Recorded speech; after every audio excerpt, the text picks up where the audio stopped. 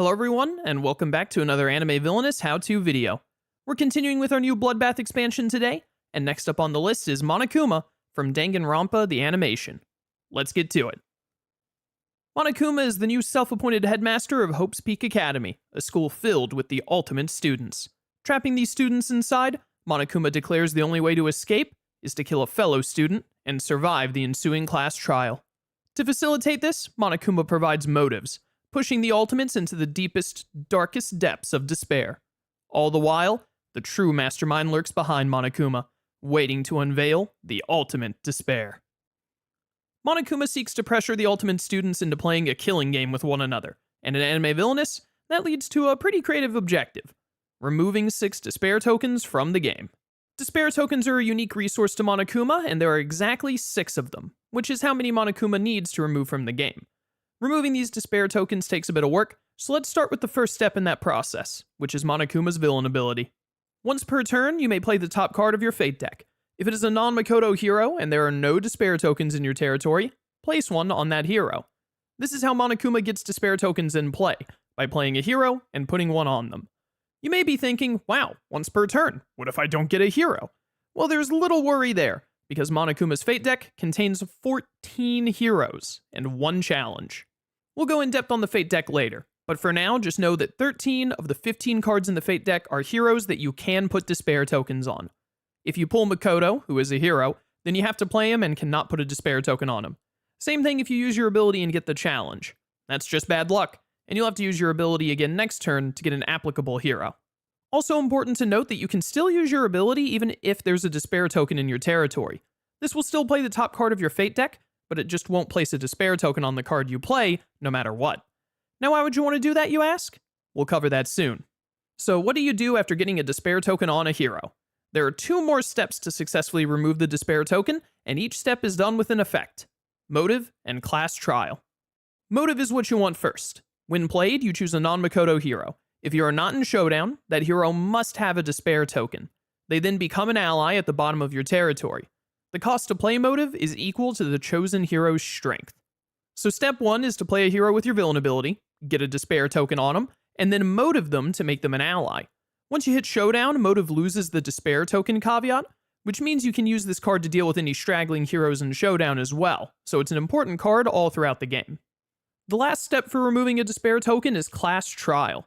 Class trial has you perform a vanquish action, but only using allies that have despair tokens. You remove all allies, heroes, and despair tokens discarded during that vanquish action from the game.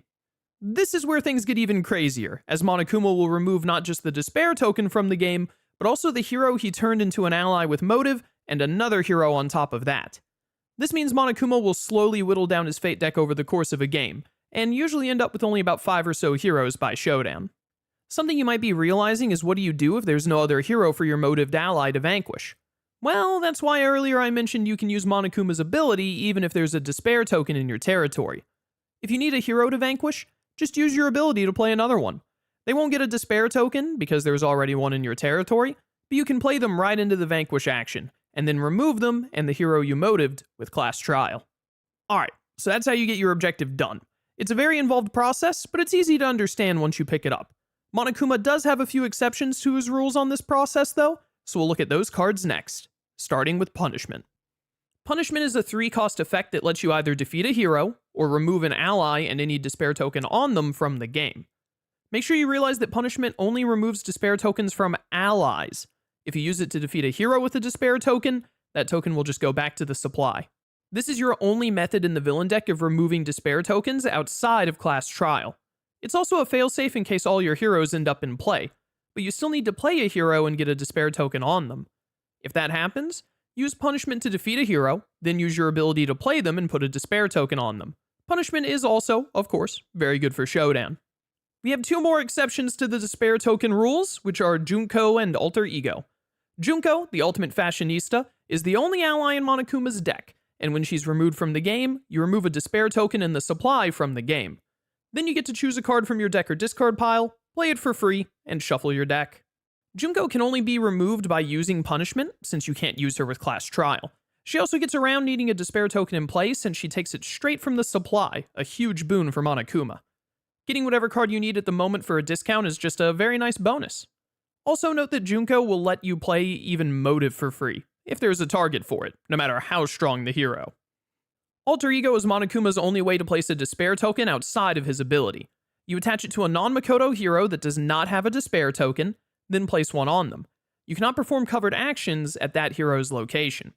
We'll get to covered actions in a second.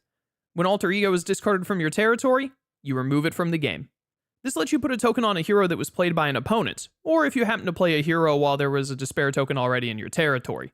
It's the only way to get 2 despair tokens in play at one time, but it's a one-off in exchange. You can only use it once before it gets removed. Next up we have 2 items, Surveillance Camera and Monokuma Theater. Surveillance Camera we'll look at first because it involves those covered actions we mentioned. Surveillance Camera is attached to a non-bathhouse location that has no surveillance camera at it. Bathhouse is Monokuma's rightmost location, by the way, which is where his top fate is. Then, if Monokuma is at the camera's location, he may perform one action covered by a hero at said location. As you can probably guess, there are 3 surveillance cameras in Monokuma's deck, so you can put one at every location other than Bathhouse.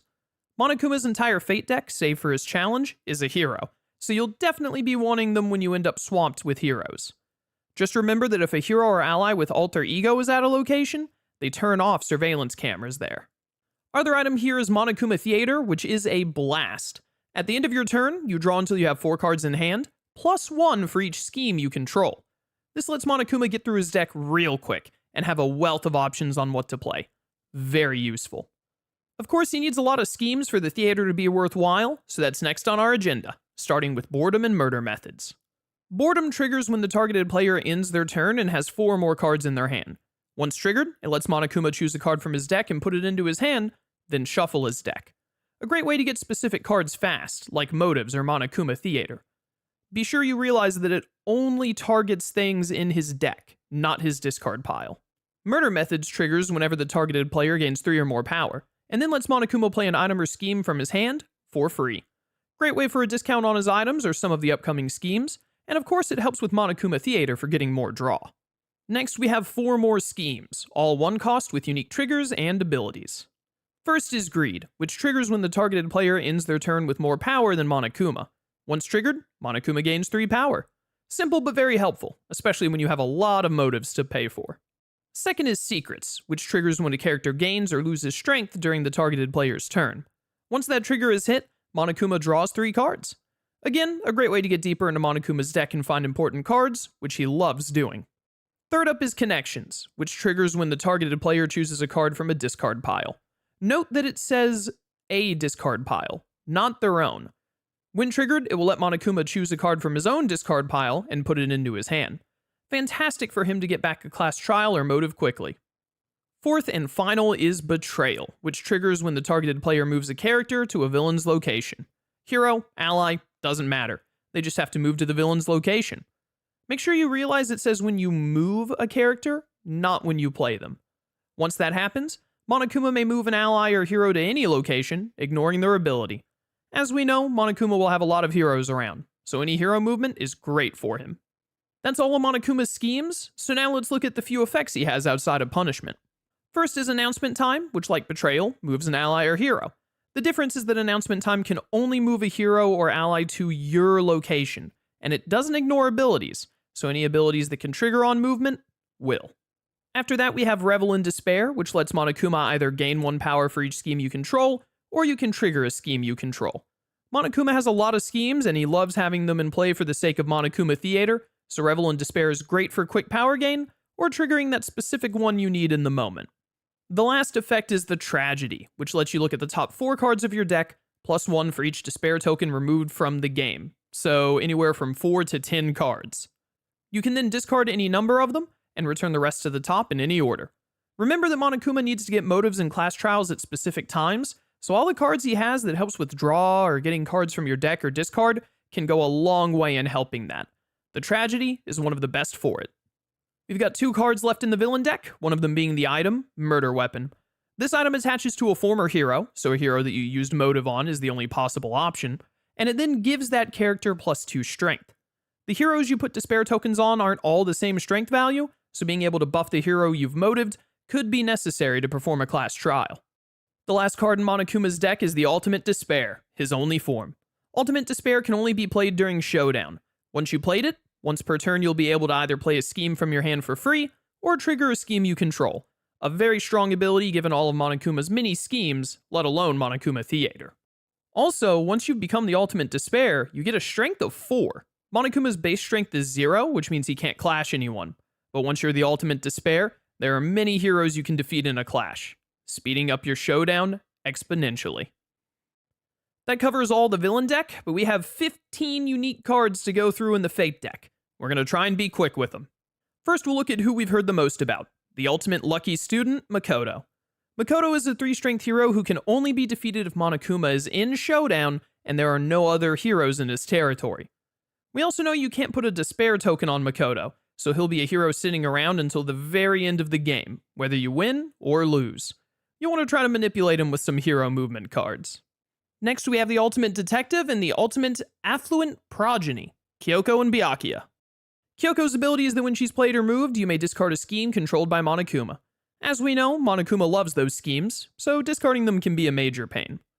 Byakuya's ability, meanwhile, is that he cannot be defeated if there is another hero at his location. This can be a bit troublesome for Monokuma, because, if possible, he'd like to get rid of Byakuya before Showdown since he's one of the heroes above 4 strength, but his ability can make that difficult. Our next hero is the ultimate martial artist, Sakura. After another character is played or moved to Sakura's location while she has a despair token, she loses 2 strength. Then if she has 0 strength, you remove the despair token and her from the game. Sakura is unique in that she's the only option in the Fate deck to remove a despair token, so another exception to the usual class trials.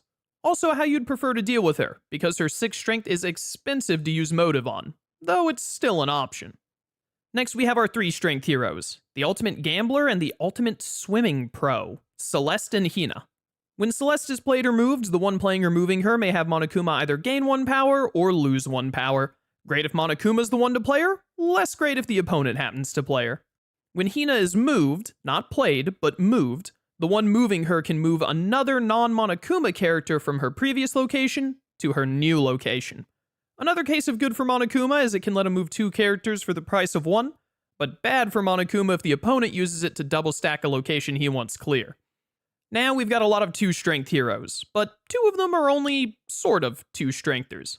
The ultimate biker gang leader and the ultimate riding prodigy, Mondo and Toko.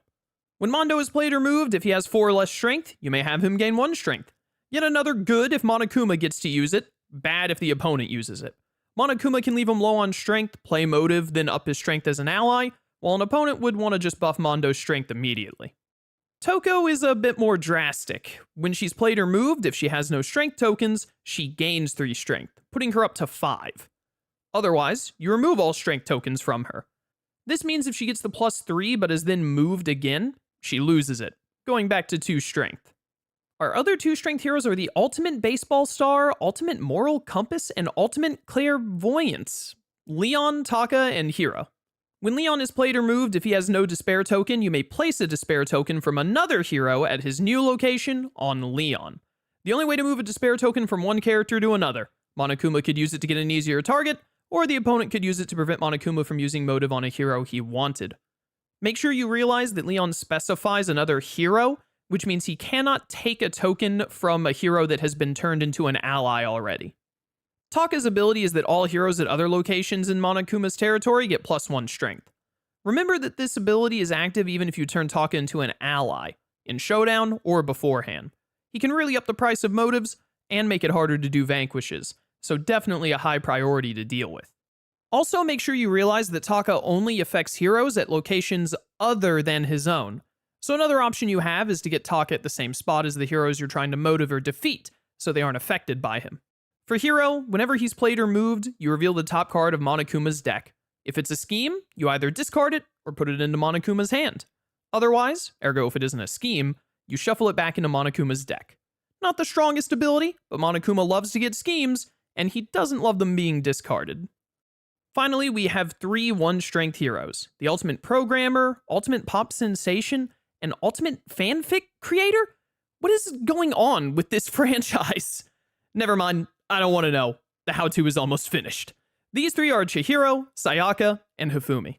Chihiro makes it where you cannot take covered actions at Chihiro's location. This of course turns off any surveillance cameras at said location, which Monokuma does not like. Sayaka, when played or moved, lets the one doing so choose a card from Monokuma's Fate discard pile and shuffle it into his Fate deck. Not often great for Monokuma, though he can use it, but a pretty strong Fate to put back in a hero like Kyoko or Makoto by an opponent. Last is Hifumi, whose ability is that Monokuma cannot attach items to characters other than Hifumi. This only applies for 2 items, Murder Weapon and Alter Ego. Hifumi being a 1-strength with a passive ability like this isn't a very good target for Alter Ego, as Monokuma would prefer someone like Celeste or Sakura. And of course it's annoying to not be able to use the murder weapons, so all around, Hifumi is an annoyance. Finally, we have the only non-hero in Monokuma's Fate deck, the challenge Hope Lives On. With a deck of 14 heroes, this one is of course going to be a little different from usual. Hope Lives On is a challenge that makes it where when any opponent of Monokuma would reveal cards from one or more Fate decks during a Fate action, they may move a hero in Monokuma's territory to an adjacent location instead. This is how the opposing Fater can take advantage of all the on-move heroes in Monokuma's Fate deck. More importantly, it's not uncommon for Monokuma to end up with no cards in his Fate deck. All his heroes will be in play or removed from the game, eventually. But because of Hope Lives On, he can still be fated, letting the opponent move one of his heroes, if nothing else. With that, we've covered how to play as Monokuma in anime Villainous, an evil little bear that wants to drown all of his newfound students in despair. You'll be doling out motives and hosting class trials left and right to achieve your goals. If you have any questions about Monokuma, leave a comment below and I'll do my best to answer. Also, look at the description for the playlist to see all the other anime Villainous how-to videos, so you can learn about any other characters that interest you. Thank you for watching this video. Hope to see you again for more anime Villainous videos in the future. Until then, farewell.